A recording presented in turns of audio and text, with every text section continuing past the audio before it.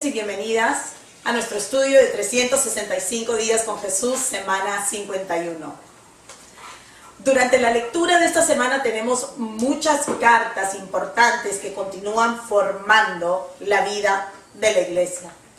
Pablo nos dejará sus últimas instrucciones mediante la carta de los Filipenses y sus cartas pastorales a sus hijos espirituales en Primera y Segunda de Timoteo y Tito.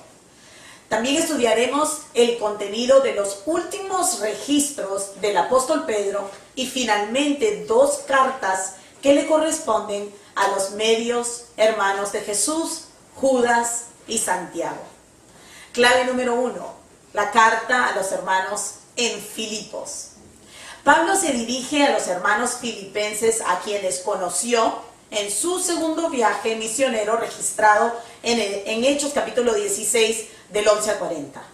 Pablo escribe desde la prisión en Roma. ¿Se acuerdan la semana pasada? Bueno, la semana antepasada, la última vez que estuvimos juntas estudiando, teníamos a Pablo en Roma, en lo que era como un home arrest, ¿no? Un arresto domiciliario, ¿verdad? Entonces, es desde ahí, desde este encarcelamiento, que él nos va a mandar, nos va a escribir esta carta a los filipenses. Y ahí él está recordando, cómo este encarcelamiento ha significado tanto crecimiento. Muchas veces nosotros no pensamos que los tiempos duros dan frutos. ¿Por qué? Porque normalmente nosotros, si el fruto no es para nosotros, no consideramos que es bendición y que no ha habido fruto en tu vida. Pero llega un momento que, como en el momento de la vida del apóstol Pablo, donde el fruto que le importaba más a él era la extensión del evangelio y el fruto en la vida de las otras personas, así sea que él tuviera que pagar, digamos, con estos sufrimientos, ¿ok? Entonces, Filipenses 1:12 dice así: quiero que sepáis, hermanos, esto es lo que está escribiendo Pablo, hermanos, que las cosas que me han sucedido han redundado más bien para el progreso del evangelio. Fíjense esa perspectiva tan bíblica, ¿verdad? ¿Ok? De tal manera que mis prisiones se han hecho patentes en Cristo en todo pretorio y a todos los demás. Pablo entendió que todo lo que tenía en Cristo, sin importar la situación en la cual, que él todo lo tenía, sin importar la situación en la cual se encontraba. Tan es así que abre su carta diciéndoles a los hermanos que su conclusión es claramente, este versículo lo hemos escuchado tantas veces, y a qué se refería, de dónde estaba escribiendo Pablo. Por eso es que es bueno conocer el contexto histórico de cuando estas cartas son escritas, porque él, estando en una prisión, ya puede decir, porque para mí el vivir es Cristo, y el morir, fíjense, es ganancia. Yo realmente le pido al Señor, ayúdame a entender que el morir es ganancia. Ayúdame a entender que en vez de nosotros tener temor a morir, ¿no? Y estoy hablando ni siquiera del morir físicamente, pero morir a tu derecho, morir a tu preferencia, morir a lo que tú quisieras hacer hoy día, o morir a que solo tienes plata para esto, morir a que tú deberías poner a esas personas en su lugar, pero morir a ese pleito, a tener la última palabra, a tener la discusión. Estoy hablando de morir, de un constante morir. Quiero entender en mi mente que eso es ganancia. ¿Qué es ganancia? Porque es morir a Gaby, es morir a la persona de Gaby para poder vivir más en Cristo, ¿no? Entonces, Pablo tenía esto claro, que para él vivir, y él está hablando ahorita de realmente vivir y morir, digamos, en la manera que tú entenderías lo más lógico, ¿no? Y él decía, para mí vivir es Cristo. O sea, si yo vivo, es simplemente para Cristo, para extender a Cristo, para predicar a Cristo, para conocer a Cristo. O sea, yo cristocéntrico, pero morir es hasta ganancia, ¿verdad? Entonces él sabía que morir era hasta mejor para él, mas sin embargo reconocía que tenía que pensar en otros antes que en él mismo. Entonces ahí estamos en Filipenses nuevamente, donde dice: pero quedar en la carne es más necesario para causa de vosotros, y confiado en esto sé que quedaré, que aún permaneceré con todos vosotros para vuestro provecho y gozo de la fe. Pablo deseaba que los creyentes en Filipos compartieran este gozo de vivir y sufrir por Cristo, porque es necesario para el progreso del Evangelio. Nosotros nada ganamos tratando de ser un buen testimonio cuando no tenemos gozo en nuestra vida. El gozo no es la alegría, el gozo no luce así, ese no es el gozo. El gozo es poder perseverar, en medio de todo. Es como un contentamiento interno. Ese es el verdadero gozo. Nosotros juramos que el gozo es como party, pero eso no es el gozo. Esas son como la superficie de tus emociones que se pueden manifestar en un momento como en una buena carcajada y todo. Pero el gozo es un contentamiento interno que te ayuda a perseverar por la meta que es Cristo Jesús. Entonces, obviamente Pablo dice, yo quisiera que todos ustedes tengan este gozo, porque la palabra dice que el gozo del Señor es nuestra fortaleza. Entonces, para mantenernos fuertes, tenemos que tener el gozo del Señor, ¿ya? Entonces, esto es lo que Pablo quería para ellos. El gozo de Pablo estaba totalmente basado en su relación con Jesús. No existía nada que compitiera con esto. Ahí es donde tenemos que llegar. Que todo nuestro gozo, todo nuestro contentamiento está en nuestra relación con Jesucristo. No importa lo que esté pasando. No importa que si tenemos una noticia así, tenemos una noticia así, no importa si perdiste tu casa, no importa. ¿No? Porque está basado en Cristo Jesús, que es inmovible, ¿ya? Si los filipenses y si nosotros vamos a vivir con este mismo gozo, entonces tenemos que imitar tanto a Jesús como a Pablo. Continuamos en Filipenses. Dice Pablo, solamente que os comportéis. O sea, ahora está hablando cómo vamos a estar en este gozo. Esto no va a venir así por osmosis, nomás, esperando, ¿ya? Nosotros tenemos que ser proactivas y tenemos que ser activas en nuestro crecimiento. Dice, solamente que os comportéis como es digno del Evangelio de Cristo. Yo pongo ahí fiel a Jesús. Para que o sea que vaya a veros o que esté ausente, oiga de vosotros que estáis firmes en un mismo espíritu, combatiendo unánimes por la fe del Evangelio, ¿ya? Y en nada intimidados por los que se oponen, para que para ellos ciertamente es indicio de perdición, mas para vosotros de salvación, y esto de Dios. Porque a vosotros os es concedido a causa de Cristo, no solo, miren chicas, porque esto no se predica mucho hoy en día, ¿ya?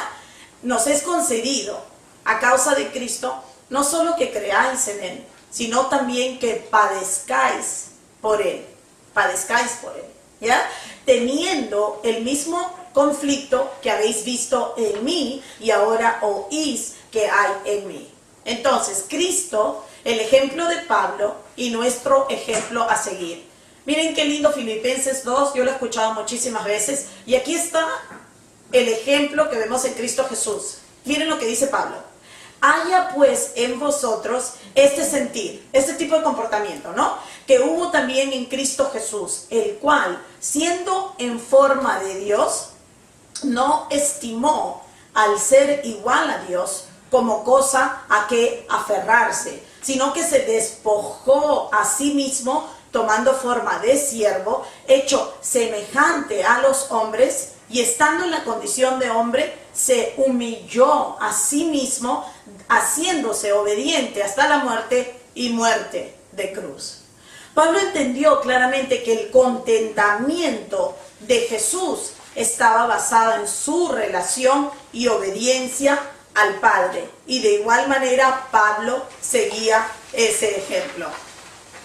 Filipenses, ¿se acuerdan? Filipenses, aquí vamos con una de las favoritas, de los versículos favoritos, sacado totalmente fuera de contexto normalmente, ¿ok?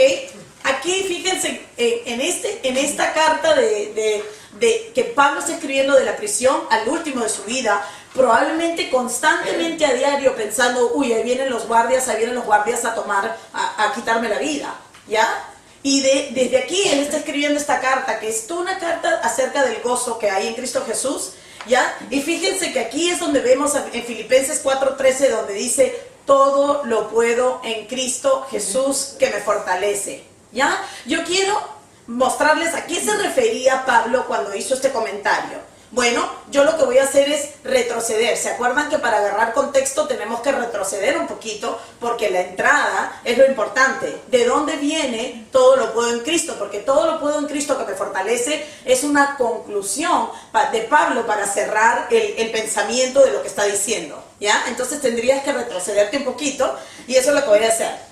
Vivir para Cristo a pesar de todo mediante el contentamiento que viene a ser confianza en el soberano. El contentamiento viene porque tú confías que si Dios ha escogido esto para ti, si Dios ha escogido esto, esta circunstancia o esto, tú estás confiando en Él. Entonces ahí viene el contentamiento, porque está basado en el conocimiento que tú tienes de una cierta persona, ¿ya? No es así falso, nomás como conténtate amiga, conténtate. No es así. Mientras tú más vas conociendo al Señor, más coges un contentamiento sabiendo que Él es soberano. Entonces, fíjense el versículo 11b del 4, que dice así: pues he aprendido a contentarme cualquiera que sea mi situación. De esto que está hablando, ¿ya?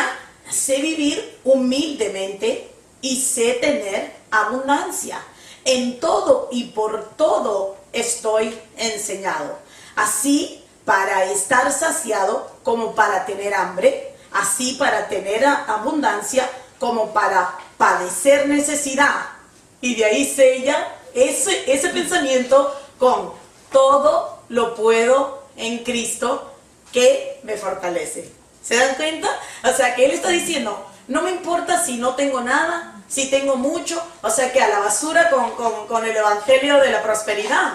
Porque Él está diciendo, si estoy en pobreza, si estoy en total necesidad, si estoy en la prisión, si estoy que me falta, no tengo ni un kilo, no importa, porque todo lo puedo en Cristo que me fortalece. ¿Me dejo entender? Entonces, ok, vamos, Primera de Timoteo, hablando del contentamiento. Mira lo que dice Primera de Timoteo. Aquí, obviamente Pablo todavía escribiendo, ¿ya? Pero dice, pero gran ganancia es la piedad acompañada del contentamiento, ¿ya? Porque nada, míralo, y ahí se va al extremo, porque nada hemos traído a este mundo y sin duda nada podremos sacar. Así que teniendo sustento y abrigo, estamos contentos con eso. Y a nosotros nos sobra, porque tenemos closets y closets para escoger el abrigo, tenemos un refrigerador para ver qué nos provoca comer. O sea que nosotros estamos en una parte del mundo que es una pequita dentro de los 6-7 billones de habitantes que hay en este mundo. Nosotros estamos dentro de lo más rico de todo el mundo, porque si tú tienes una cama individual donde acostarte, tú tienes agua corriendo de un caño, tienes comida, tienes un refrigerador con comida, estás en un mínimo de la así que imagínense nosotros quejándonos y tantas cosas, ¿verdad? O sea, en nuestro agradecimiento como que está tan nublado. Bueno, clave número 2, el secreto del crecimiento, ¿no? Queremos ser prácticas y pragmáticas en nuestro crecimiento, ¿ya? El secreto del crecimiento. Algo lindo me di cuenta esta semana. Y miren, la meta de Dios en cada creyente es la siguiente. Aquí está, esto es para todos, ¿ya? Romanos 8:29 dice, porque a los que antes conoció, también los predestinó para que fuesen hechos conformes a la imagen de su Hijo, ¿ya? Para que Él sea el primogénito entre muchos hermanos. ¿Se acuerdan que Dios está haciendo una familia? Entonces, Cristo es el primogénito y nosotros somos todos los hermanos, ¿ya? Pero Dios intenciona que nosotros luzcamos como el primogénito, ¿ya? Entonces, considerando este fin que Dios tiene con todo el redimido, ¿ya? Pablo deja una tremenda joya en su carta a los Filipenses. Primera vez que lo veo de esta manera, ¿ya? Pero me pareció hermoso. Filipenses 2:12 dice así, por tanto, amados míos, como siempre habéis obedecido, no como en mi presencia solamente, ¿no? Qué lindo que nos estemos portando bien los domingos cuando nos están viendo los otros hermanos, ¿ya? Sino mucho más ahora en mi ausencia. Aquí va. Ocupaos. Ocupaos quiere decir dedicaos. Que nosotros debemos ser responsables, activos. ¿En qué? En vuestra salvación. ¿Cómo? Con temor y temblor. ¿Cómo es con temor y temblor? Necesitamos ocuparnos de nuestra salvación, ¿ok? Con temor y temblor. Quiere decir conscientemente, con seriedad, fielmente, con urgencia, reverencia. ¿Ya, chicas? ¿Por qué es tan necesario que tomemos nuestra salvación con tanta seriedad? Acá va la clave, chicas, ¿ah? Espero la puedan pescar y aplicar. Miren, miren lo que dice el versículo 13. Porque es Dios el que en vosotros, que en nosotros, produce así como, ¿ya?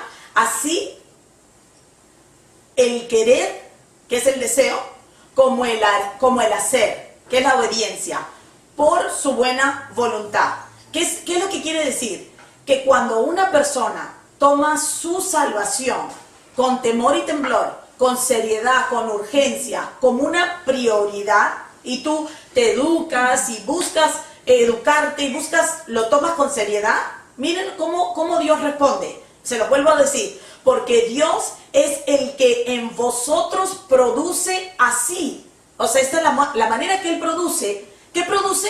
El querer como el hacer por su buena voluntad. O sea que, miren el mecanismo de Dios, ¿ya? Tú recibes tu salvación. No la tratas como, ya, nunca vas a nada, nunca estudias, no. Sino que la tomas con seriedad. Y les voy a proponer que se pongan a pensar que habiendo tomado al menos esta clase con seriedad en 1 año y medio, más o menos, ¿ok? ¿Cómo ha producido Dios en ustedes tanto el querer, ganas de estar aquí, el querer, el deseo de aprender la palabra, de leerla, de estudiarla, como el hacer? Porque ¿sí o no que ha cambiado sus vidas? O sea que Dios en su fidelidad ha mostrado la vericidad, ¿no? Y el propósito de este mismo versículo en nuestras vidas. O sea que si alguien tiene deseo y alguien tiene obediencia, es porque Dios mismo está dando el querer como el hacer, porque está viendo que tú con seriedad estás tratando la salvación que Él te compró con la vida de su Hijo Cristo Jesús. Qué impresionante, ¿verdad? Pero clarísimo. Entonces, fíjense, 1 Corintios 2:14 dice así, les quiero mostrar, pero el hombre natural, nosotros cuando no teníamos el Espíritu, no percibe las cosas que son del Espíritu de Dios, porque para él son locura, y no las puede entender porque se han de discernir espiritualmente. Entonces, el hombre natural no percibe las cosas que son de Dios y que provienen del Espíritu de Dios, y es por eso que al menos que Dios mismo ponga en nosotros tanto el querer como el hacer, nada podremos hacer para conocer a Dios y mucho menos para conformarnos a la imagen de su Hijo Cristo Jesús, que es el propósito de Dios. Y miren lo que Jesús nos dejó dicho en Juan 15:5. Él nos dijo, acá lo mismo, yo soy la vid, vosotros son los pámpanos, ya, o sea que Él es el tronco y nosotros somos con las ramas, ya. El que permanece en mí, eso es con seriedad, ¿verdad? El que permanece en mí y yo en Él, ¿ya? Este lleva mucho fruto. Este es fruto interno, fruto externo. Porque separados de mí, acá va, nada podéis hacer. Entonces, o nos sometemos a lo que Él dice, o vamos a andar siempre sin ningún deseo. Claro, yo no tengo ningún deseo, porque ahí está la clave, ¿ya? Clave número 3, la primera carta a Timoteo. Esta carta es conocida como una de las cartas pastorales de Pablo. Está dirigida a uno de sus hijos espirituales, a quien él menciona en forma muy favorable en la carta de los Filipenses. Ahí ustedes pueden retroceder y verlo, ¿ok? A ver, Timoteo era discípulo de Pablo, encargado de la iglesia en la ciudad de Éfeso. Con el gran crecimiento de la iglesia en Éfeso, era necesario que Pablo le enviara a Timoteo instrucciones, ya que el final de Pablo se aproximaba. Esta carta contiene entonces los próximos importantes temas, ¿ya? El peligro de las falsas doctrinas, la importancia de la oración, el papel de las mujeres en la congregación, requisito de los obispos, que también se llaman ancianos y también son los pastores ahora, requisitos de los diáconos, que son todos los siervos que están en la iglesia, muy aparte del liderazgo, ¿ya? La futura apostasía de algunos y deberes hacia los demás y el peligro del amor por el dinero. Entonces, toda esta carta fue enviada por Pablo, a su protégé, a su discípulo que estaba liderando esta iglesia, ¿ok? Porque esto básicamente era lo más importante específicamente en esa iglesia, ¿ya? Pero ahorita que vamos a continuar viendo las otras cartas que ya son casi al final de nuestras escrituras, ¿ya? Vamos a ver que hay algo común, tanto en Pablo como en Pedro como en Santiago, que vamos a ver Santiago y en Judas, hay algo común. Yo decía, wow, mira que si tú lo lees en forma cronológica, ¿Cómo sientes la urgencia de los siervos de Dios en lo que estaba sucediendo ya en la iglesia, habiendo pasado nomás de repente 2 décadas, 3 décadas de haber nacido? Entonces, ¿cómo estamos nosotros ahora después de 1900 y pico de años? ¿Verdad? Entonces, clave número 4, la carta a Tito. Al igual que Timoteo, Tito era un hijo espiritual de Pablo, entrenado para el establecimiento de iglesias eficaces. ¿Cómo me gusta esa palabra? Eficaces. Tito estuvo bajo el entrenamiento directo del apóstol Pablo por muchos años. Muchas situaciones sirvieron para que Tito terminara su vida con grandes responsabilidades como la formación de las iglesias en Creta.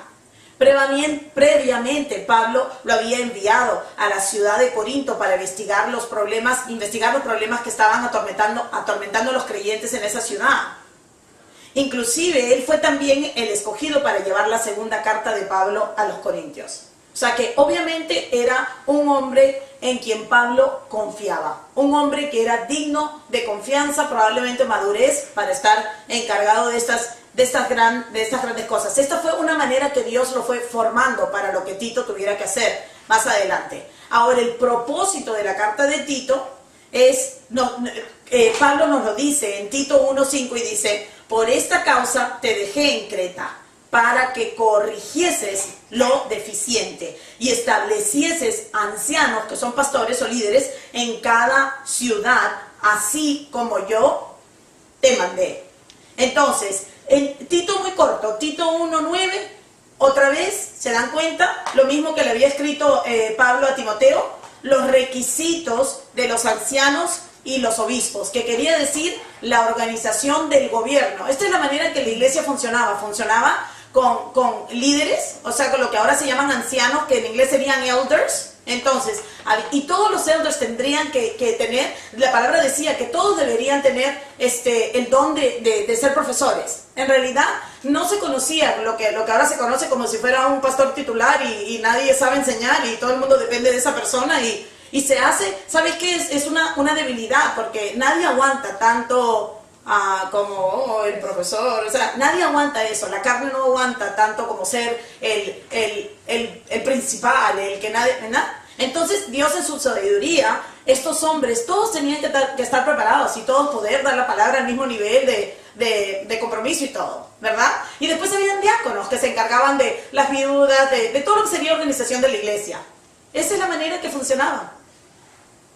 Entonces, obviamente Pablo vuelve a dejar los requisitos y si se dieron cuenta eran requisitos marido de una sola mujer, hospitalario, y hoy en día es algo, no, tienes que tener un pastor de hospitalidad porque el pastor que enseña no soporta a nadie, o sea, rarísimo, ¿no? Rarísimo. Entonces tú ves ahí los requisitos que está diciendo, ¿no? Luego Tito 1:10 al 16, el peligro de los falsos maestros. Imagínense en ese tiempo falsos maestros, ¿ya?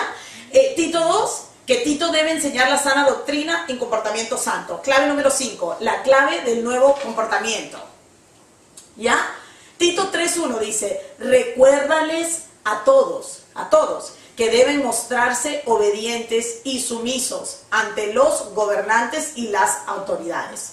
Siempre deben estar dispuestos a hacer lo bueno, a no hablar mal de nadie, que sería chisme o difamación, sino a buscar la paz y ser respetuosos, demostrando plena humildad en su trato con todo el mundo.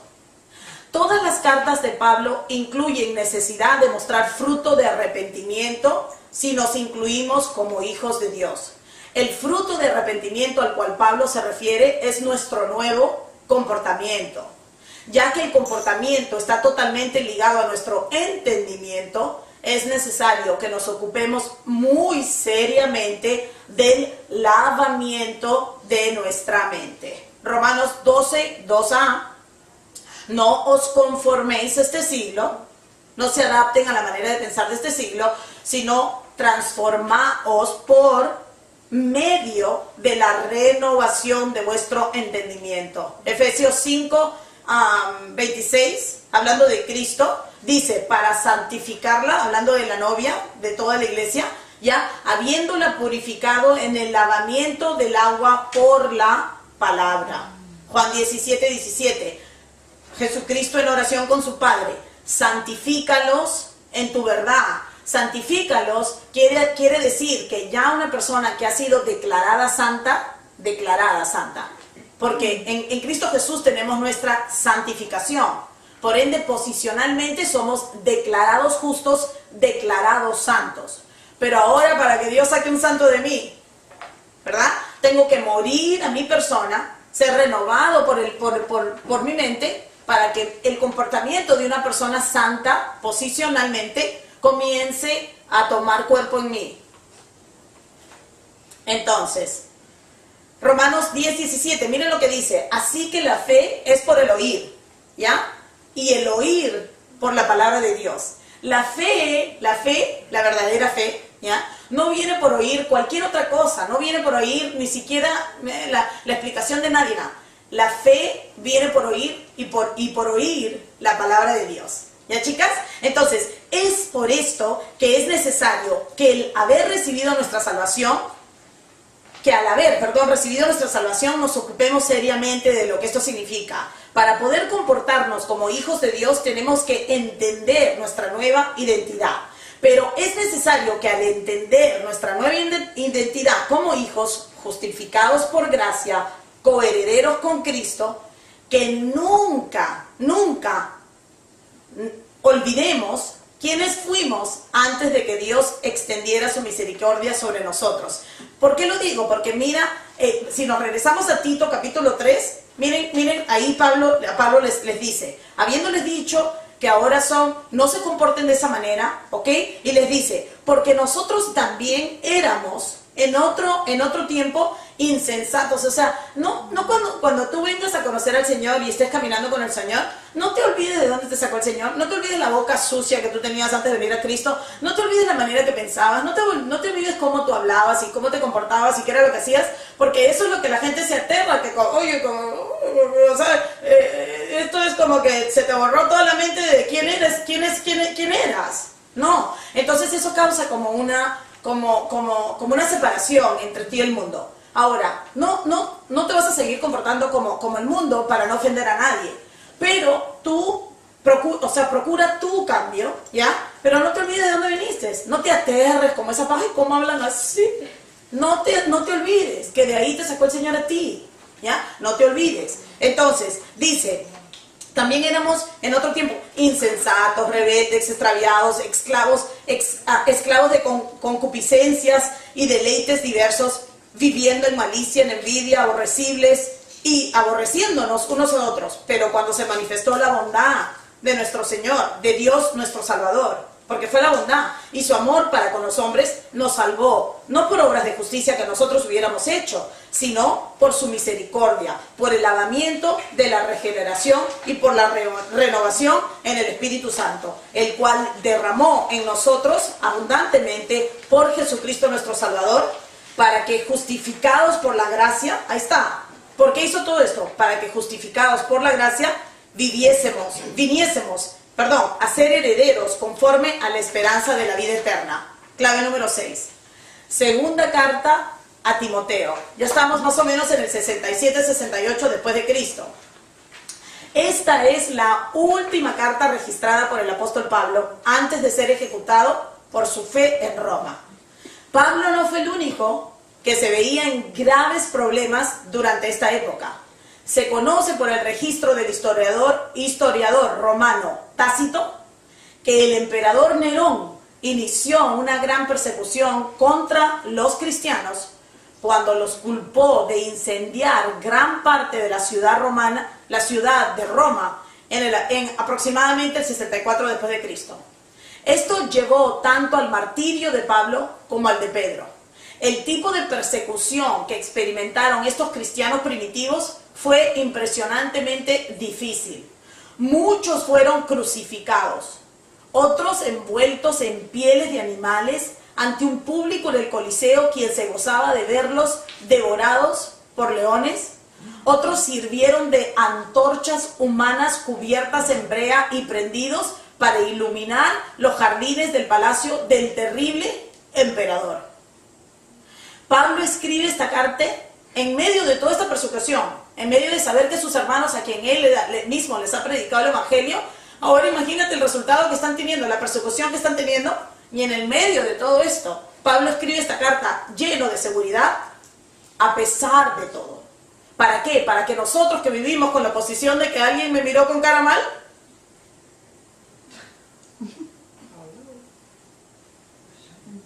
tan lejos hemos llegado. Tanta gente sufrió tanto, empezando con El Salvador, para que el evangelio llegara a nosotros puro. Y hoy por hoy, yo paso por cada cosa de que me ofendieron porque me hablaste mal y el tono de la voz, no sé, ofendidísima, pero yo digo, wow, o sea, no aguantamos ningún tipo de oposición, ni de afuera de la iglesia, ni mucho menos adentro de la iglesia, de donde hay muchísima oposición también, ¿ok? Pero aquí tenemos los ejemplos, no nos podemos separar porque estos son nuestros hermanos en la fe. Esta es nuestra historia. ¿Tú quieres ver tu árbol de genealogía? Aquí está. Entonces, 2 de Timoteo 1:3 dice, doy gracias a Dios, al cual sirvo desde mis mayores con limpia conciencia, de que sin cesar me acuerdo de ti en mis oraciones noche y día, por lo cual te aconsejo que avives el fuego del don de Dios que está en ti por la imposición de mis manos, porque no nos ha dado Dios espíritu de cobardía, sino de poder, de amor y dominio propio. Por tanto, no te avergüences de dar testimonio de nuestro Señor, ni de mí, preso suyo, sino participa de las aflicciones por el Evangelio según el poder de Dios, quien nos salvó y llamó con llamamiento santo, no conforme a nuestras obras, sino según el propósito suyo y la gracia que nos fue dada en Cristo Jesús antes de los tiempos de los siglos. Por lo cual asimismo padezco esto, pero no me avergüenzo, porque yo sé a quién he creído y estoy seguro que es poderoso para guardar mi depósito para aquel día. Pablo no solo sufrió persecución, como dije, de afuera de la iglesia, pero tristemente mucha persecución vino también por dentro de la iglesia. Y aquí lo tenemos en 2 de Timoteo 1:15, dice, ya sabes esto, que me abandonaron todos los que están en Asia, de los cuales Figelo y Hermógenes, son Figelo y Hermógenes. Pablo comparte con todos los lectores los consejos que le dejó a su hijo Timoteo para nuestro beneficio, ¿ok? Aquí van varias cosas. Recuerda siempre la responsabilidad y el privilegio que tenemos de la comisión. Nosotros hablamos de la gran comisión. ¿Por qué? Porque la misión es de Jesucristo, es la misión de Cristo y nosotros somos colaboradores, por eso que para nosotros nos ha tocado la gran comisión. ¿Ok? 2 de Timoteo 2:2 le dice, lo que has oído de mí ante muchos testigos, esto encarga a hombres, ¿verdad? Discipulados, fieles, que sean idóneos para enseñar también a otros. Un ministerio eficaz, ¿verdad? No te enredes en cuestiones civiles, cuestiones del mundo, 2 de Timoteo 2:4. Ninguno que milita se enreda en los negocios de la vida, a fin de agradar a aquel que lo tomó por soldado. Soporta sufrimientos, 2 de Timoteo 2:8. Acuérdate de Jesucristo, del linaje de David, resucitado de los muertos conforme a mi evangelio, en el cual sufro penalidades, hasta prisiones, a modo de malhechor, mas la palabra de Dios no está presa. Utiliza la palabra correctamente, 2 de Timoteo 2:15. Procura con diligencia presentarte a Dios aprobado, como obrero que no tiene de qué avergonzarse, que usa bien la palabra de Dios. Ten cuidado de los apóstatas, Segunda de Timoteo 3:1. También debes saber esto, que en los postreros días vendrán tiempos peligrosos, porque habrá hombres amadores de sí mismo, avaros, vanagloriosos, soberbios, blasfemos, desobedientes a los padres, ingratos, impíos, sin afecto natural, implacables, calumniadores, intemperantes, crueles, aborrecedores de lo bueno, traidores, impetuosos, infatuosos, amadores de los deleites más que de Dios, que tendrán apariencia de piedad. Apariencia de piedad, pero negarán la eficacia de la piedad. A estos evita. Y el último consejo, digamos, que yo les tengo aquí: predica la palabra siempre. Segunda de Timoteo 4:1.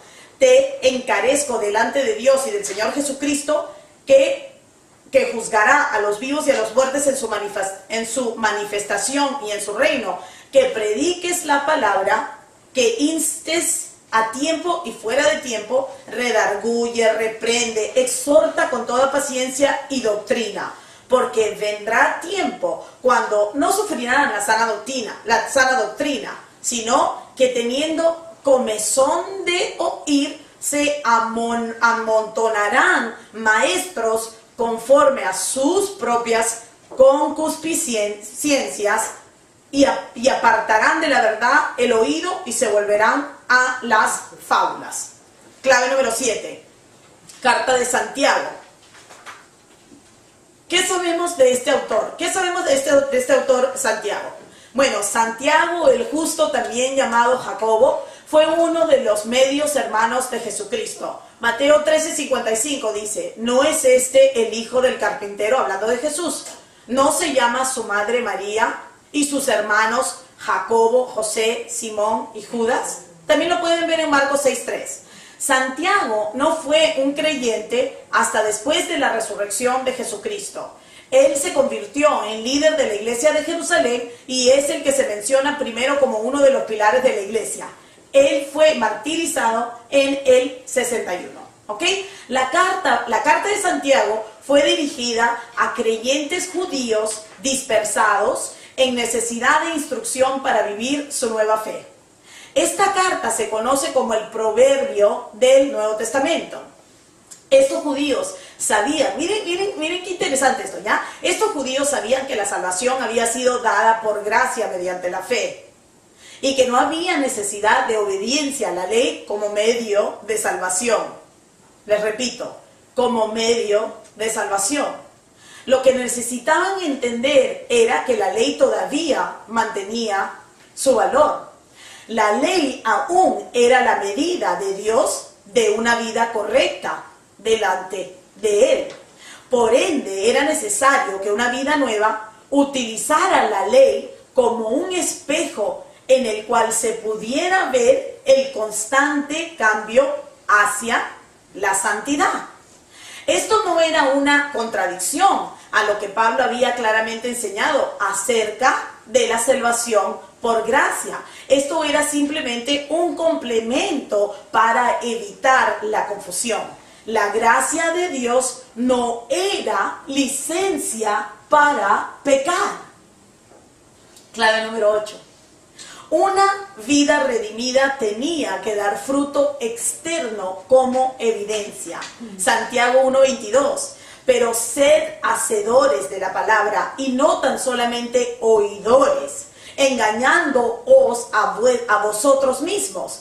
Porque si alguno es oidor de la palabra, pero no hacedor de ella, este es semejante al hombre que considera en un espejo, su rostro natural, porque él se considera a sí mismo y se va, y luego olvida cómo era.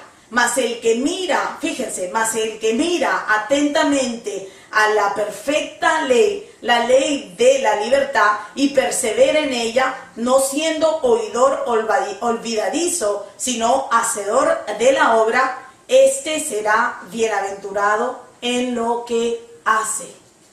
Santiago 2:14. Hermanos míos, ¿de qué aprovechará si alguno dice que tiene fe y no tiene obras? ¿Podrá la fe salvarle? Y si un hermano o una hermana están desnudos y tienen necesidad del mantenimiento de cada día, y alguno de vosotros les dice, id en paz, calentaos y saciaos, pero no les dais las cosas que son necesarias para el cuerpo, ¿de qué aprovecha? Así también la fe, si no tiene obras, es muerta en sí misma. Pero alguno dirá, tú tienes fe y yo tengo obras. Muéstrame tu fe sin tus obras, y yo te mostraré mi fe por mis obras. ¿Tú crees que Dios es uno? Bien haces. También los demonios creen y tiemblan. Mas ¿quieres saber, hombre vano, que la fe sin obras está muerta? Miren, chicas, acá estamos a punto de cruzar ya algo nuevo, importante para nosotros, por si acaso. Ya todo es importante. Pero nosotros vivimos ahorita con todas las herejías que hemos visto durante el tiempo que hemos estudiado, ya sea que Cristo no es como adoración de los ángeles y que Cristo es como los ángeles, o muchas de las herejías que tenía que haber circuncisión, ¿se acuerdan? Para la salvación. ¿Se acuerdan que yo les he hablado mucho de diferentes herejías? Bueno, aquí va otra herejía. Aquí va una manera de pensar que también es herejía, y es exactamente esto: el balance entre la gracia y la fe. O sea, ¿cuál es la función de la gracia? Obviamente la salvación es por gracia mediante la fe. Yo no voy a atacar eso en absoluto. Mas, sin embargo, ¿ok? Hay este extremo de pensar que la ley ya no tiene ningún tipo de valor. Pero la ley todavía ocupa su valor. Y como digo, es como un espejo. Porque en la ley teníamos nosotros todo lo que Dios había dicho, que si tú podías obedecer la ley, podías entrar en el cielo.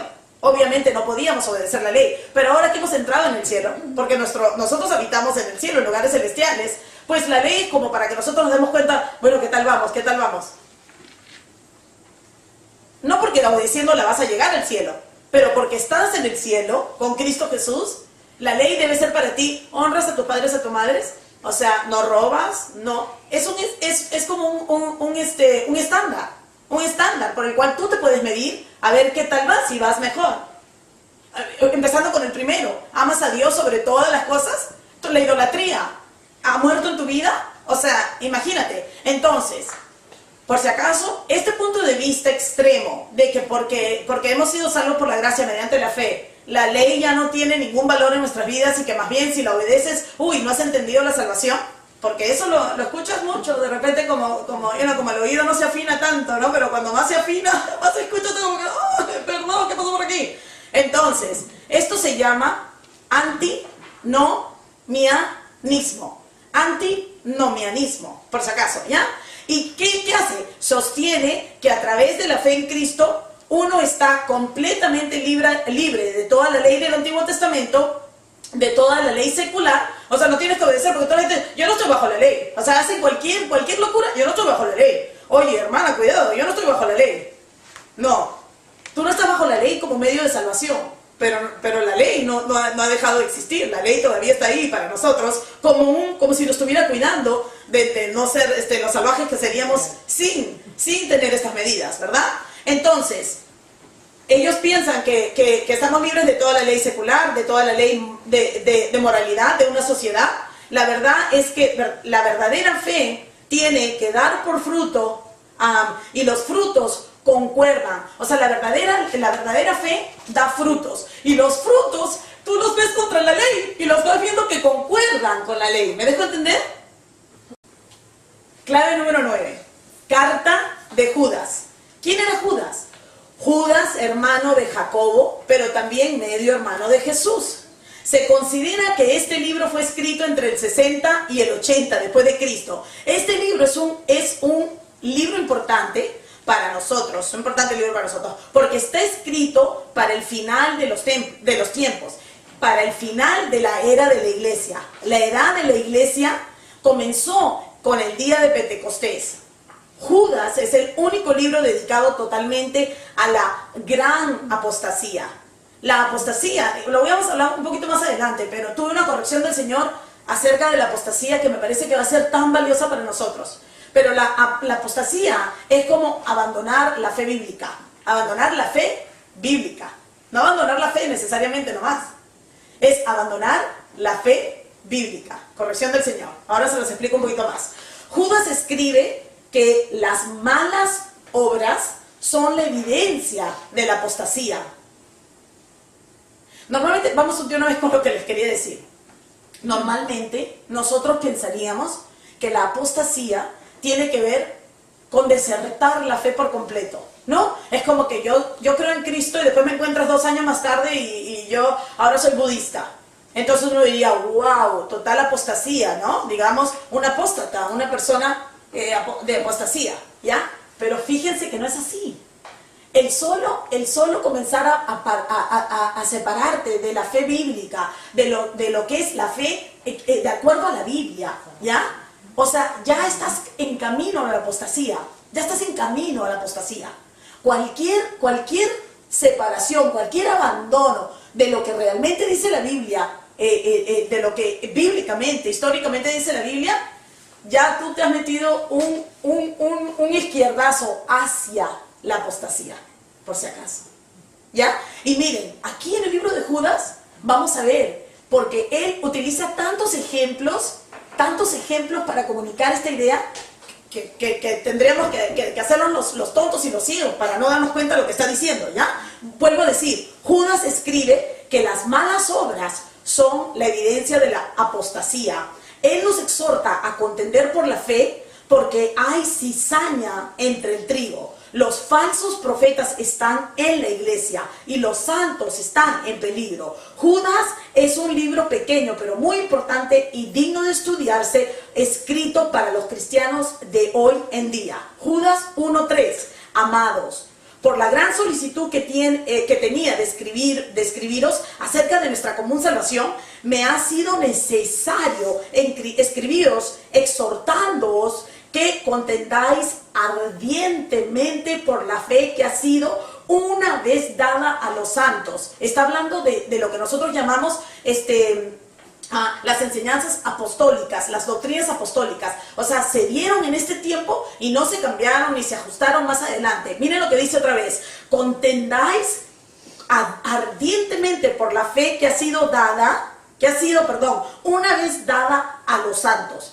Porque algunos hombres han entrado encubiertamente, los que desde antes habían sido destinados para esta condenación, hombres impíos que convierten, aquí está lo del antinomianismo, lo que les estoy diciendo, que convierten en libertinaje. Libertinaje quiere decir no obediencia, ¿no? En libertinaje la gracia de nuestro Señor. Ahí mismo está. Y niegan a Dios, el único soberano, y a nuestro Señor Jesucristo.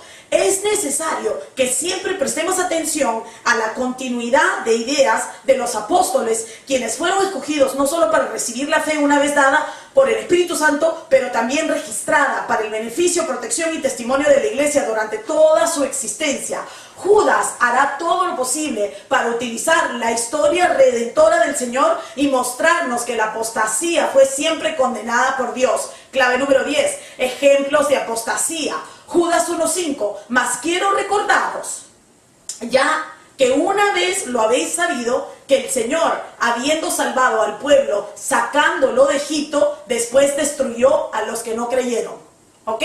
Miren, aquí él comienza a traer la historia que nosotros hemos leído, que para nosotros debe ser nomás recordar, ¿ya? ¿A qué se está refiriendo? A Números 14:20, dice, entonces Jehová dijo, yo lo he perdonado conforme a tu dicho. Cuando Moisés estaba intercediendo por el pueblo, que había sido necio para no entrar a la tierra prometida, ¿ya? Mas tan ciertamente como vivo yo y mi gloria llena toda la tierra, todos los que vieron mi gloria y mis señales que he hecho en Egipto, o sea, todos los que vieron, ¿ya? Y en el desierto, y me han tentado ya 10 veces y no han oído mi voz, no verán la tierra de la cual juré a sus padres. No, ninguno de los que me han irritado la verá. ¿Ya? Ahora, ¿se acuerdan los 40 años que los israelitas caminaron por el desierto? Esos 40 años, en ese tiempo se considera, en tiempos bíblicos se consideraba que 40 años significaba una generación. una generación.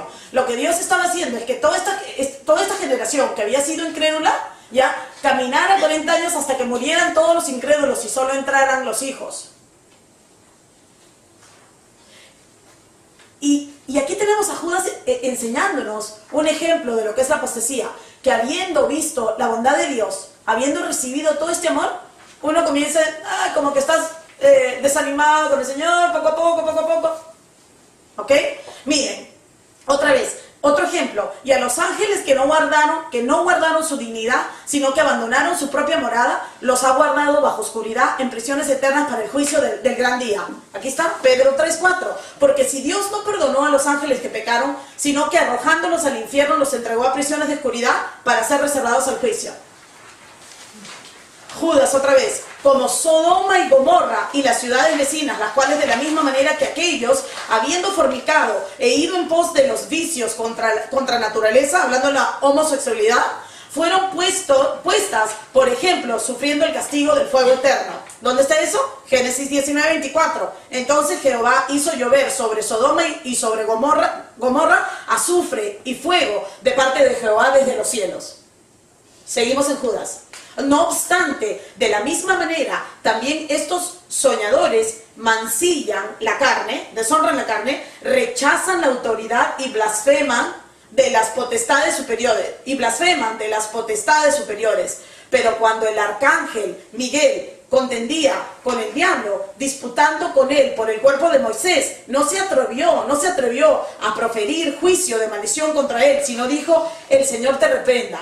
A esto se refiere a la gente que hoy por hoy están reprendiendo al enemigo y jalando demonios y quitando y saltando y rompiendo la cabeza. Miren lo que dice ahí. Él está diciendo, mira, hasta el arcángel Miguel, que no hay más alto, ¿ok? Cuando contendió por el cuerpo de Moisés, él no se puede, Satanás, yo te digo que te pongas, que te piso, que... No, él agarró y dijo, el Señor te reprenda. No te metas con lo que tú ni siquiera sabes que te estás metiendo, ¿ok? Judas dice... Y Santiago dice, ¿quieres resistir al diablo? Acércate al Señor. Tú no te metas con lo que no te corresponde. Acércate al Señor. Refúgiate en el Señor reprenda al enemigo. Por si acaso, ahí lo tienen. ¿Ok? Entonces dice, pero estos blasfeman de cuantas cosas no conocen. Eso es lo que pasa. De cuantas cosas no conocen y en las que por naturaleza conocen, se corrompen como animales irracionales. Ay de ellos, porque han seguido el camino de Caín. ¿Se acuerdan Caín? Ahí les puse yo por si acaso no se acuerdan, ¿ok? Y se lanzaron por lucro en el error de Balaam. Aquí está la historia, dígame si no es de valor toda la historia que hemos estudiado. Y perecieron en las contradicciones de Coré, número 16. Estos son manchas en vuestros ágapes, que son compañerismos, reuniones, que comiendo impúdicamente con vosotros, se apacientan a sí mismos, nubes sin agua, llevadas de acá para allá, por los vientos, árboles otoñales, sin frutos. ¿Se dan cuenta? Sin fruto, 2 veces muertos y desarraigados. Fieras ondas del mar, que espuman su propia vergüenza, estrellas errantes, para las cuales está reservada eternamente la oscuridad de las tinieblas. De estos también profetizó Enoc, séptimo desde Adán, diciendo, he aquí vino el Señor con sus santas decenas de millares, para hacer juicio contra todos, y dejar convictos a todos los impíos de todas sus obras impías que han hecho impíamente, y de todas las cosas duras que los pecadores impíos han hablado contra él. Esos son murmuradores, querellosos, que andan según sus propios deseos, cuya boca habla cosas infladas, adulando a las personas para sacar provecho. Adulando a las personas para sacar provecho. Clave número 11. Primera carta de Pedro. Pedro parte en su carta con una descripción bella de la herencia que tenemos todos los cristianos en Cristo Jesús, partiendo de esta verdad. ¿Qué contraste con lo que acabo de leer? Gracias, Señor, porque es realmente tenebroso. Partiendo de esta verdad, nos exhorta a vivir de acuerdo a esto. Primera de Pedro 1:13. Por tanto, ceñid los lomos de vuestro entendimiento. Ese es amárrale los pantalones a tu mente, ¿ok? O sea, ya sed sobrios, y esperad por completo en la gracia que os traerá cuando Jesucristo sea manifestado. Como hijos obedientes, no os conforméis a los deseos que antes tenías estando en vuestra ignorancia, sino como aquel que os llamó es santo, sed también vosotros santos en toda vuestra manera de vivir, en toda vuestra manera de vivir, porque escrito está, sed santos porque yo soy santo. Y si invocáis por Padre aquel que sin acepción de personas juzga según la obra de cada uno, conducíos en temor. Damos la vuelta con lo que habíamos empezado, ¿verdad? Ocupados de vuestra salvación con temor y temblor, todo el tiempo de vuestra peregrinación, que es nuestro tiempo aquí antes de llegar al cielo. Estamos ahorita peregrinos, pero debemos estar siendo transformados a la imagen de Cristo Jesús, que cuando lleguemos, aunque sea, nos reconozcan. ¿Ok? Entonces, sabiendo que fuisteis rescatados de vuestra vana manera de vivir, la cual recibisteis de vuestros padres. ¿Se acuerdan el ADN? ¿Ah? No recibimos nosotras el ADN y por eso teníamos una vana manera de vivir, no con cosas corruptibles como oro o plata. Él está hablando de que ha sido redimido, sino con la sangre preciosa de Cristo, como de un cordero sin mancha y sin contaminación. Miren qué lindo, ya destinado desde antes de la fundación del mundo. ¿Se acuerdan cuando yo siempre les he hablado de que el cordero no fue el plan B? El Cordero fue desde antes de la fundación del mundo, ¿ok? Entonces dice, pero manifestado en los postreros tiempos por amor de vosotros, y mediante el cual creéis en Dios, quien le resucitó de los muertos y le ha dado gloria, para que vuestra fe y esperanza sean en Dios. Ahora tenemos una nueva identidad. Primera de Pedro 2:9 dice, mas vosotros sois linaje escogido, real sacerdocio, nación santa, pueblo adquirido por Dios ¿para qué? Para que anunciéis las virtudes de aquel que os llamó de las tinieblas a su luz admirable. Vosotros que en otro tiempo no erais pueblo, pero que ahora sois pueblo de Dios, que en otro tiempo no habéis alcanzado misericordia, pero ahora habéis alcanzado misericordia. ¿Cómo hacemos para conducirnos fielmente durante nuestra peregrinación hasta que lleguemos a nuestro nuevo hogar, el cielo? Primera de Pedro 2:1, desechando pues toda malicia, todo engaño, hipocresía, envidias y todas las detracciones, desead como niños recién nacidos la leche espiritual no adulterada. Esa es la sana doctrina de la palabra, ¿ya? Para que por ella crezcáis para salvación, si es que habéis gustado la benignidad del Señor. Nuestra nueva identidad, Primera de Pedro 2:16. Miren aquí, como libres que somos, ¿ya? Pero no como los que tienen la libertad como pretexto para hacer lo malo. Esto es lo mismo que estaba hablando del antinomianismo. ¿No? Oh, nosotros somos por gracia, yo soy salva por gracia, yo no estoy bajo la ley. No, hermana, yo no estoy bajo la ley. ¿Cuál es el problema con la ley? La ley sí hizo su función, te llevó al Salvador. Pero el Salvador te debe devolver a la ley. Como fruto de santidad. A mí me preocupa cuando alguien me dice así, yo como que veo que su doctrina no está tan sana y sólida. Porque ¿cuál es el problema con la ley? Nunca como medio de salvación, pero habiéndote llevado al Salvador. El Salvador de la mano te lleva a vivir como la ley. ¿Cómo vivió Jesús? ¿No vivió bajo la ley? Para ser nuestro Salvador. Y una vez que es nuestro Salvador, ¿no debemos nosotros medirnos por la ley? Entonces, como libres, pero no como los que tienen la libertad como pretexto para hacer lo malo, sino como siervos de Dios. Honrad a todos, amad a los hermanos, temed a Dios, honrad al Rey.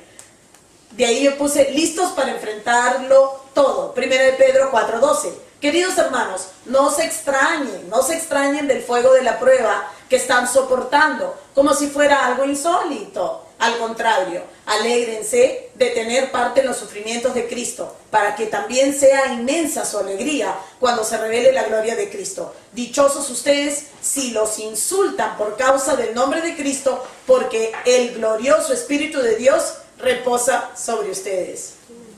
Clave número 12.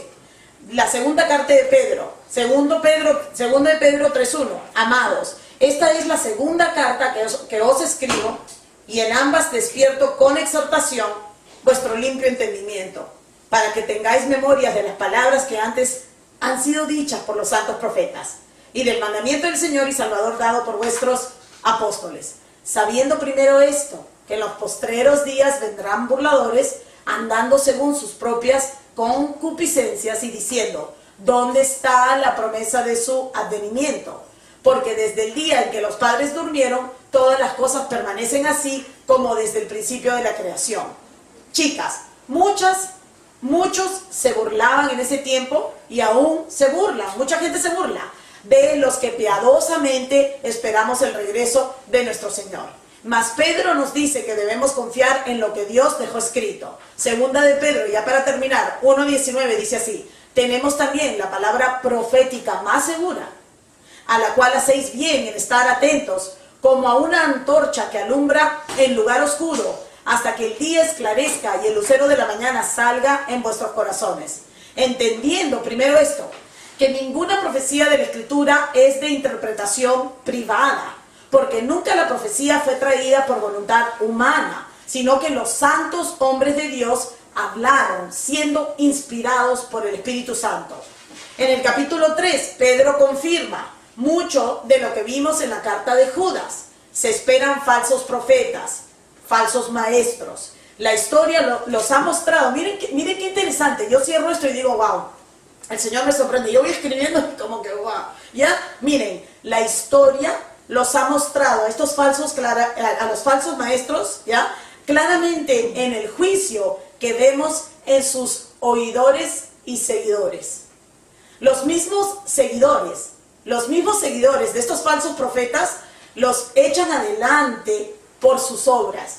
¿Me dejo entender? Cuando tú ves a una persona y tú ves sus obras y te dicen cuál es su profesor y cuál es la persona que tú te das cuenta de que si esa persona está utilizando la palabra de Dios correctamente, si ellos son como, si están escuchando a profetas, no profetas, pero a profesores y a maestros que son sanos, de sana doctrina, porque su vida es evidencia de su enseñanza.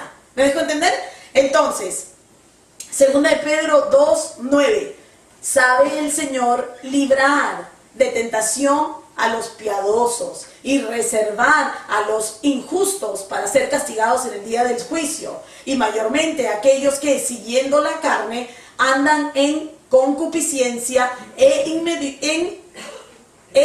inmundicia, y aquí está, desprecian el señorío. ¿No se dan cuenta que ahora te preguntan, oh, tú has hecho a Jesús tu Salvador, pero es tu Señor? Porque ahora lo tienes que hacer tu Señor. ¿No han escuchado eso? De que Jesús es mi Salvador, pero ya hablar de que es mi Señor, es como, eso es para discípulos, esos son para personas que quieren estudiar un discipulado. O sea, se hace como una separación, ¿no? Como si hubiera cristianismo online, o sea, para las personas que solo quieren los domingos y sentarse, inclusive ni siquiera los que quieren los domingos, sino de vez en cuando, y después hay discípulos, ¿no? O sea, esos discípulos se tienen que someter al señorío. John MacArthur habla muchísimo de Lordship de Jesus Christ, por si acaso, lo pueden buscar en Google, ¿ok?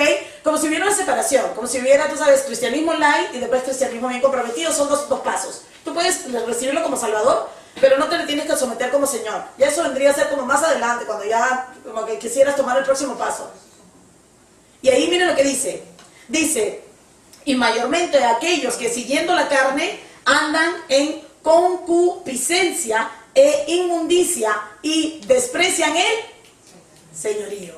Conclusión, la combinación de estas cartas deja claro la urgencia de conocer nuestras doctrinas fundamentales y de vivir vidas consistentes con nuestra fe.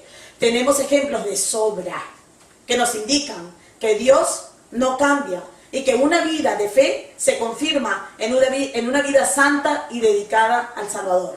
Vendrán muchos que confirmarán con sus bocas que son parte del cuerpo de Cristo, pero indudablemente los hijos de Dios serán siempre evidencia en lo externo de la fidelidad del Señor. Oremos. Gracias, Padre, te doy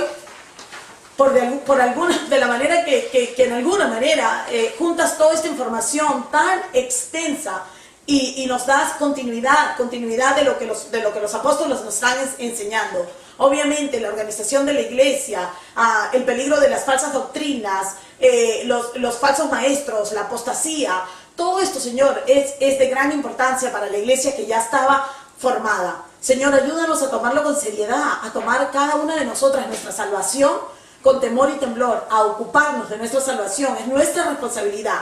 Señor, gracias, gracias, gracias, gracias por quien eres. Gracias porque eres un Salvador sin igual. Gracias porque tu señorío es la única libertad que yo he conocido. Te amo, Señor, y te doy gracias por habernos enseñado esta noche en el precioso nombre de Cristo Jesús. Amén.